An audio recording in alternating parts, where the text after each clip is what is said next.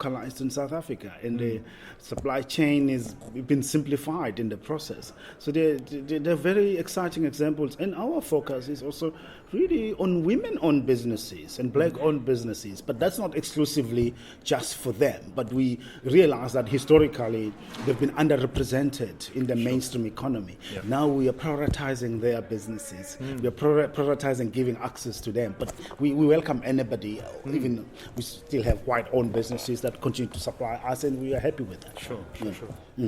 Now, when Walmart came in, there was a whole commotion in South Africa about, are we right to be allowing an American multinational into our retail supply chains and the rest of it? On the Walmart side, the purchase of 51%, do you think they are disappointed? The share price is now down 25% to what it was when they entered.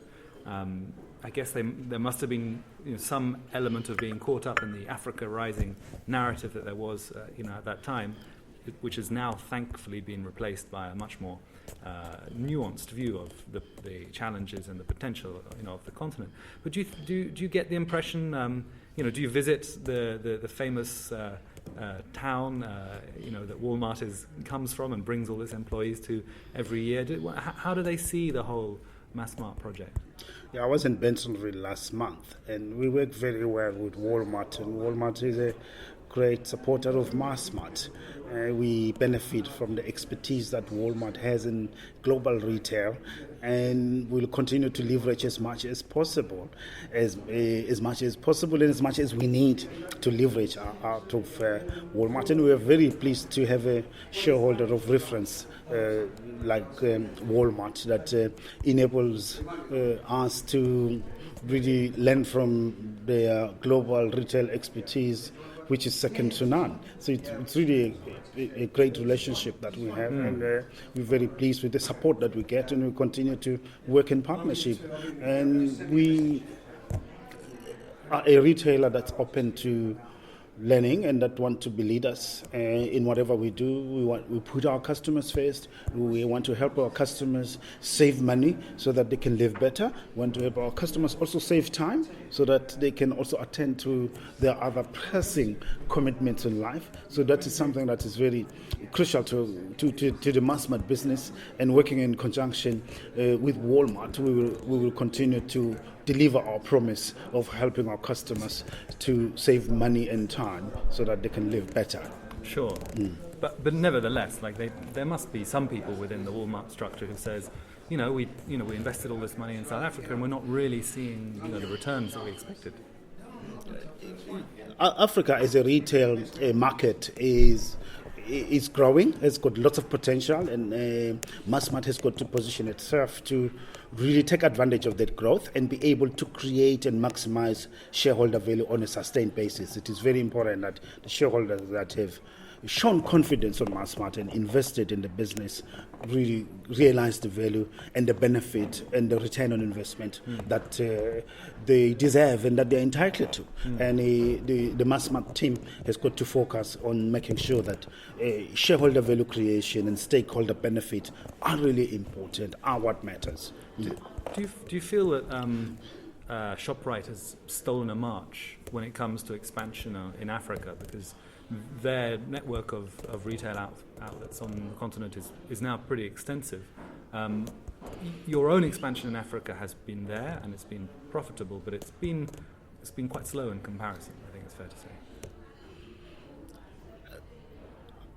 It is very important that Africa has got more players in retail, so we like the fact that ShopRite is there and also playing in the retail space, and we are there. We have our own business model, we have our own strategy. Only us can execute this strategy better. Nobody can execute it better than us because we know that strategy, and we are very happy with our expansion in Africa. It's very methodical, it's very much informed by a proper analysis and assessment of the potential.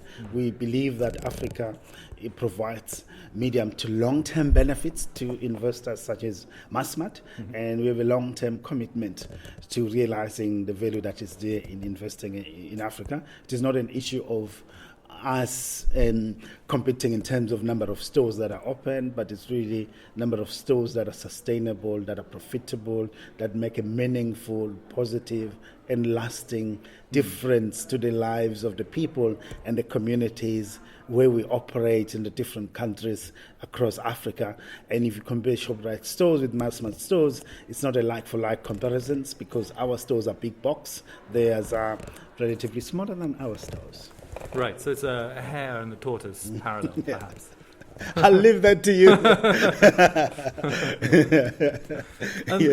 Let's jump back into your past, if we may. We left you in university in 1994, and you started to work in the mining sector. You've worked at some of the big names in mining in South Africa.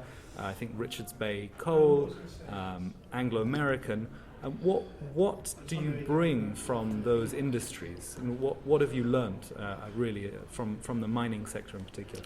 It's really scale and complexity and globalization. I mean, Anglo is a global mining house, very complex, of big scale, very cutthroat environment of mining, innovation, technical excellence, and also managing a mosaic of complexity in different jurisdictions. Yeah. And I think that experience came in handy for me at the right times. I joined Anglo straight from university, and I learned a lot in working in different parts of the mining business under Anglo-Americans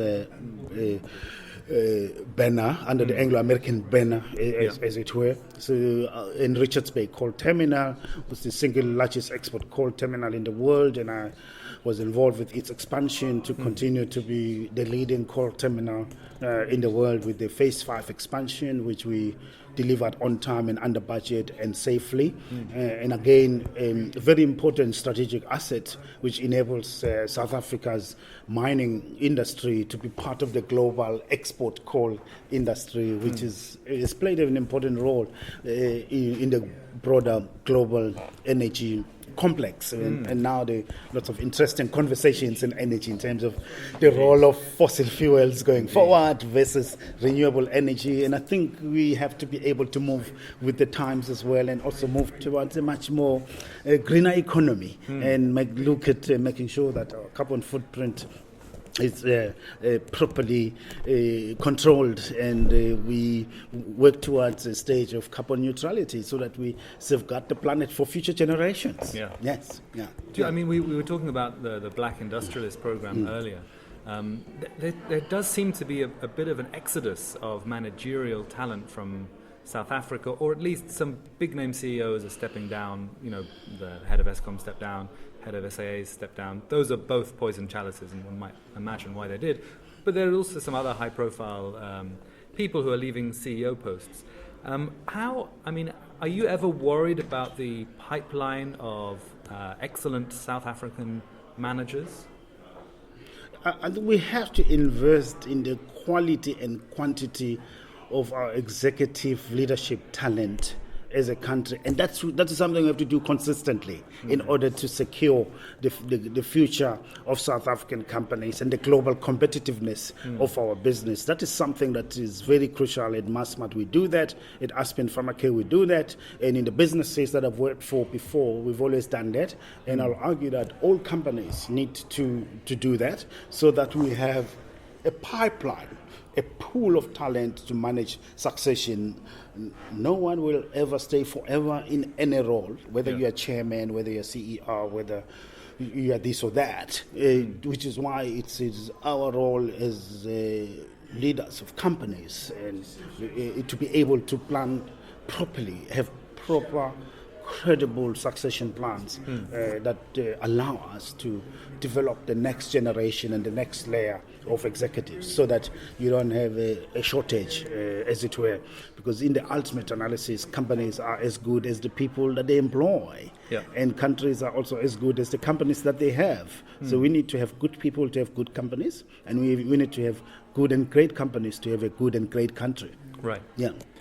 What do you think of the critique of the leader of the economic freedom fighters, Julius Malema, who says, when you really look at the economy in South Africa, setting aside inflammatory terms like white monopoly capital, which I think probably obscures more important truths, but his basic point is it is still, the holdover of the system that came prior to the democratic South Africa that we know and love today, who are still nevertheless in charge of, 90% of the JSE, most of the big companies. And if you look at the very specific issue that we're talking about talent, even if there are very, very honourable exceptions, such as yourself, and maybe the head of the new group CEO of Standard Bank, Sim Shabalala. Thank you. Yeah, I knew I was going to get that one wrong. But apart from some very notable and important exceptions, the pipeline of managerial talent in South Africa remains white. And the ownership of the majority of the wealth remains white in a country where the black population is obviously much, much greater. That is an argument that obviously chimes with a certain percentage of the population. It's a big chunk of the youth. How do we help move that conversation forwards in a positive manner, which both takes on board the critique or however it might be misfounded or correctly founded? We need to diversify the talent that we have in South Africa that runs our big companies and our big state-owned enterprises and our key government departments. It is true that the pace of transformation has not been as fast as it should have over the past 25 years. It is our role and responsibility to make sure that we focus on investing in the quality and quantity of our human capital, so that we've got an abundant pool of excellent, diverse, talented South Africans to choose from when we choose leaders. And we cannot sustain a globally competitive economy by relying on a very narrow pool of talent, which is largely white and male. That's not sustainable. We need to make sure that we promote diversity and inclusion. We create more spaces for women, more spaces for young people, more spaces for black people.